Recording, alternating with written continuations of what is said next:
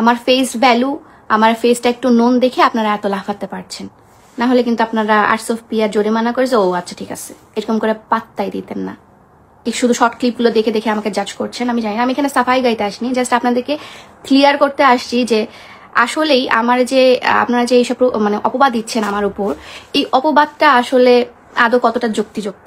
ভোক্তা একবারও আমার স্লিপ দেখে বলেনি যে আমি দাম বেশি রেখেছি, বা ভোক্তা একবারও বলেনি যে আমার কাপড় কোয়ালিটি খারাপ। ইভেন তারা ভিডিওর শুরুতেই বলছে যে কাপড় কোয়ালিটি এতটাই ভালো যে তারা হচ্ছে পাকিস্তানি বলেও সেল করতে পারবে, মানে তাদের কাপড় কোয়ালিটি এতটাই পরিমাণে ভালো। আমাদের কোয়ালিটি নিয়ে তারা কথা বলেছে। ওকে, আমি খারাপ, আপনিও তাহলে জিজ্ঞাসা করেন আপনি ভালো।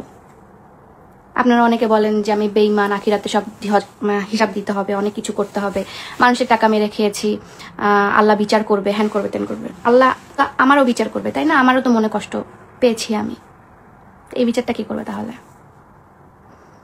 আমি জানি যে আমি তো আসলে যেমন ভাবে আল্লাহ মানে আমাকে সবাই বলতেছে যে আমি একজন চোর বাটপার, আমি তো এরকম কোনো কাজ করি নাই, এবং আমি এখনো বলবো আমি তেমন কোনো কাজ করিনি। যেটার জন্য ধরা হয়েছে, যেটার জন্য জরিমানা করা হয়েছে, সেটা হচ্ছে আমাদের ম্যানেজমেন্ট ভুলের কারণে।